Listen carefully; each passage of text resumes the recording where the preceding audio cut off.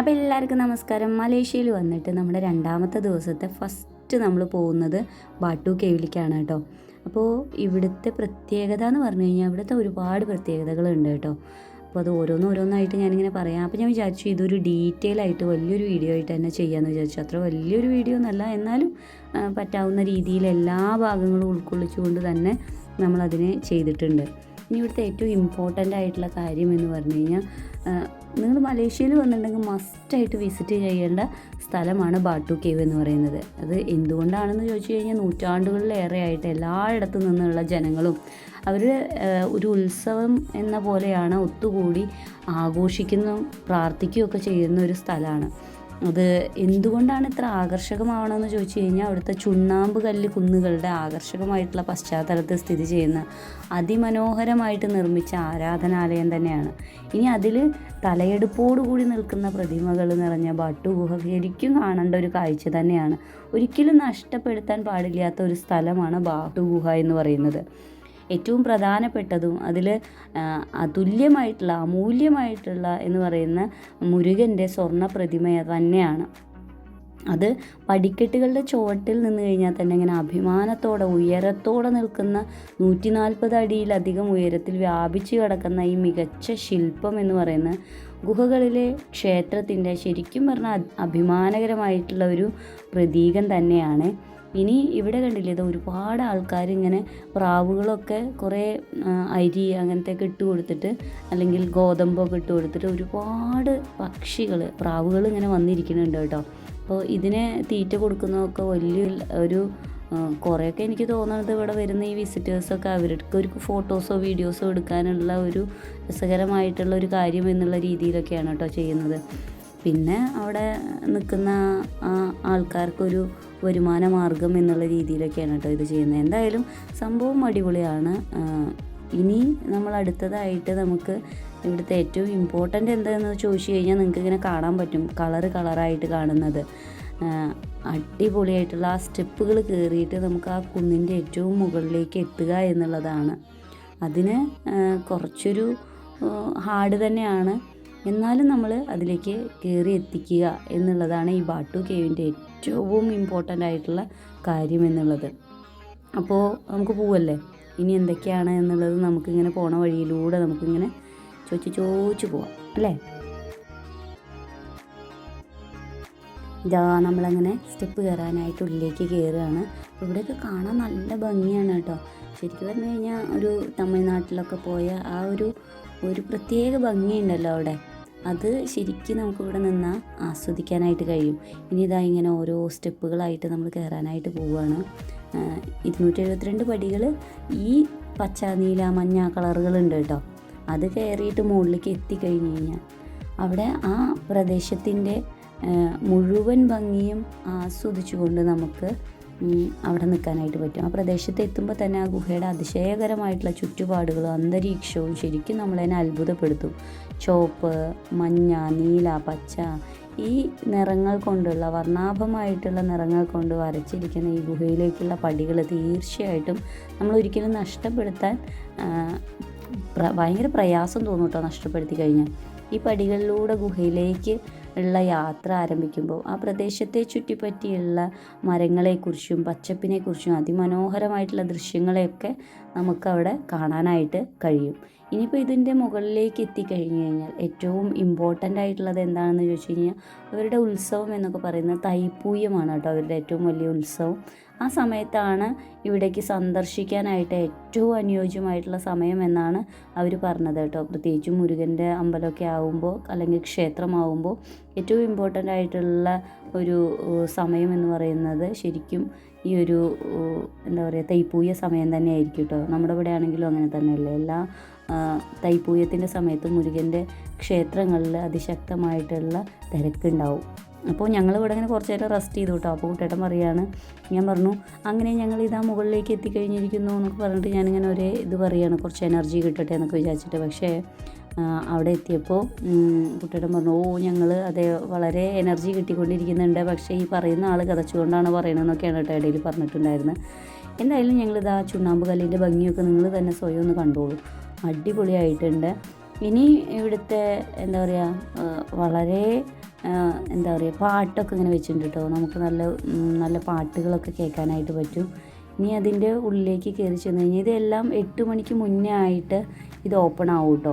ഈ ഗുഹയിലേക്ക് നമുക്ക് ഈ മുകളിലേക്ക് നമുക്ക് കയറാനായിട്ട് പറ്റും. ഇത് എന്താ പറയുക ശാന്തമായിട്ടുള്ള ഒരു രാവിലെ സമയം അല്ലെങ്കിൽ ഒരു പ്രഭാതത്തിൽ സന്ദർശകരായിട്ടുള്ള ആൾക്കാർക്ക് ബാട്ടു ഗുഹയുടെ സൗന്ദര്യം ശരിക്കും ആസ്വദിക്കാനായിട്ട് പറ്റുക, അല്ലെങ്കിൽ ആ അന്തരീക്ഷത്തെ ശരിക്കും എൻജോയ് ചെയ്യാനായിട്ട് നമുക്ക് രാവിലെ നേരത്തെ വന്നു കഴിഞ്ഞാൽ ശരിക്കും അത് അടിപൊളിയായിട്ട് ചെയ്യാനായിട്ട് പറ്റും കേട്ടോ.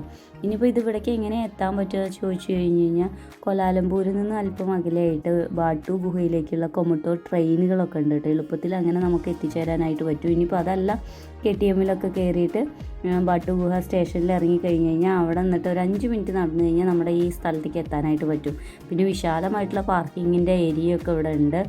അപ്പോൾ നമുക്ക് അവിടെ എവിടെയാണോ അവൈലബിൾ വെച്ചാൽ അവിടെ പാർക്ക് ചെയ്യാനായിട്ട് പറ്റും കേട്ടോ. പിന്നെ അതവിടെ അത്യാവശ്യം നമുക്ക് എന്തെങ്കിലും ഒരു മെമ്മറീസൊക്കെ വാങ്ങിക്കാനായിട്ടുള്ള സാധനങ്ങളൊക്കെ ഇവിടെ ഉണ്ട് കേട്ടോ. പക്ഷെ ഇതൊക്കെ കുറച്ച് നല്ല കോസ്റ്റ്ലിയാണ്. പക്ഷെ എന്നാലും നമുക്കൊരു ചെറിയ മെമ്മറി വയ്ക്കാനായിട്ടൊക്കെ നമുക്ക് ഇവിടുന്ന് സാധനങ്ങൾ വാങ്ങിക്കാനായിട്ട് പറ്റും. അപ്പോൾ പറഞ്ഞു വരുന്നത് ഇവിടെയല്ല നമ്മുടെ ബാട്ടു ഗുഹയുടെ ശരിക്കുമുള്ള ഒരു ഭംഗി എന്ന് പറയുന്നത്. ഇനിയും അതാണ്ടോ ആ അറ്റത്ത് കാണുന്ന സ്റ്റെപ്പുകളൊക്കെ കയറി മുകളിലേക്ക് ചെന്നു കഴിഞ്ഞാൽ അവിടെ വീണ്ടും ഇതേപോലെ ഒരു ശിവ, വിഷ്ണു അതുപോലെയുള്ള കുറച്ച് രൂപങ്ങളൊക്കെ അവിടെ ഉണ്ട്. അതുകൂടി കണ്ടു കഴിഞ്ഞാലാണ് നമ്മളിവിടേക്ക് എത്തിയതിൻ്റെ ആ ഒരു ഭാഗ്യം എന്ന് പറയുന്നത് നമുക്ക് കംപ്ലീറ്റ് ആവുക. അല്ലെങ്കിൽ അതുകൂടി ആസ്വദിച്ച് കഴിഞ്ഞാൽ ഒന്നുകൂടി നമുക്ക് എന്താവും കൂടുതൽ ഒരു ഭാഗ്യം കിട്ടിയ പോലെ ആയിരിക്കും. എന്തായാലും ഞങ്ങൾ അവിടേക്ക് ചെന്നു. കുട്ടേനും കുഞ്ചും പറഞ്ഞു കേട്ടോ ഞങ്ങൾ അങ്ങോട്ട് ഇല്ല എന്ന്. പിന്നെ ഞങ്ങളൊന്നും നോക്കിയില്ല, ഞാൻ ഒറ്റയ്ക്കായാലും ശരി നമ്മൾ പോകുമെന്ന് വിചാരിച്ചിട്ട് ഞാൻ പോയി കേട്ടോ. മുകളിലൊക്കെ കയറിപ്പോയി ഗംഭീരമായിട്ട് അവിടെയൊക്കെ കണ്ടിട്ട് അവിടുത്തെ വീഡിയോസും ഫോട്ടോസും ഒക്കെ എടുത്തിട്ടാണ് ഞാൻ അവിടുന്ന് പോകുന്നത്. അപ്പോൾ നമുക്ക് വരുന്ന വഴിക്കൊക്കെ നിങ്ങൾക്ക് കാണിച്ചു തരാം എന്തൊക്കെയാണ് അവിടുത്തെ കാഴ്ചകൾ എന്നുള്ളതൊക്കെ ഓരോന്നായിട്ട് നമുക്ക് കാണാം കേട്ടോ.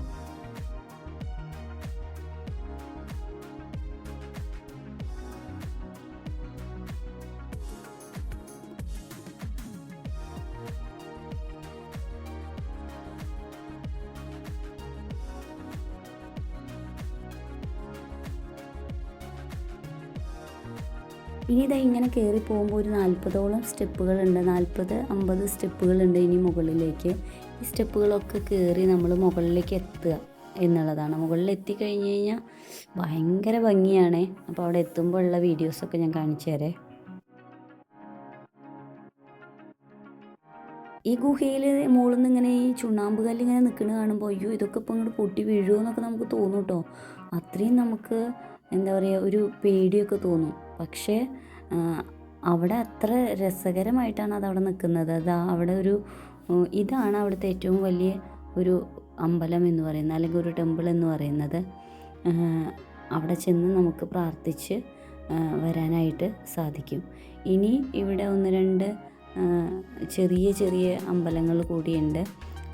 അവിടെ ഒരു ദേവിയുടെ ഒരു ഭദ്രകാളി ദേവിയുടെ ഒരു ചെറിയൊരു അമ്പലവും ഇപ്പുറത്ത് വേറെ ഒരു ശ്രീരാമനും ലക്ഷ്മണനുമായിട്ടുള്ള ഒരു സീതാസമേതനായിട്ട് നിൽക്കുന്ന ഒരു അമ്പലവും നമുക്ക് കാണാനായിട്ട് കഴിയും ഏറ്റവും മുകളിലേക്ക് ചെന്ന് കഴിഞ്ഞാൽ.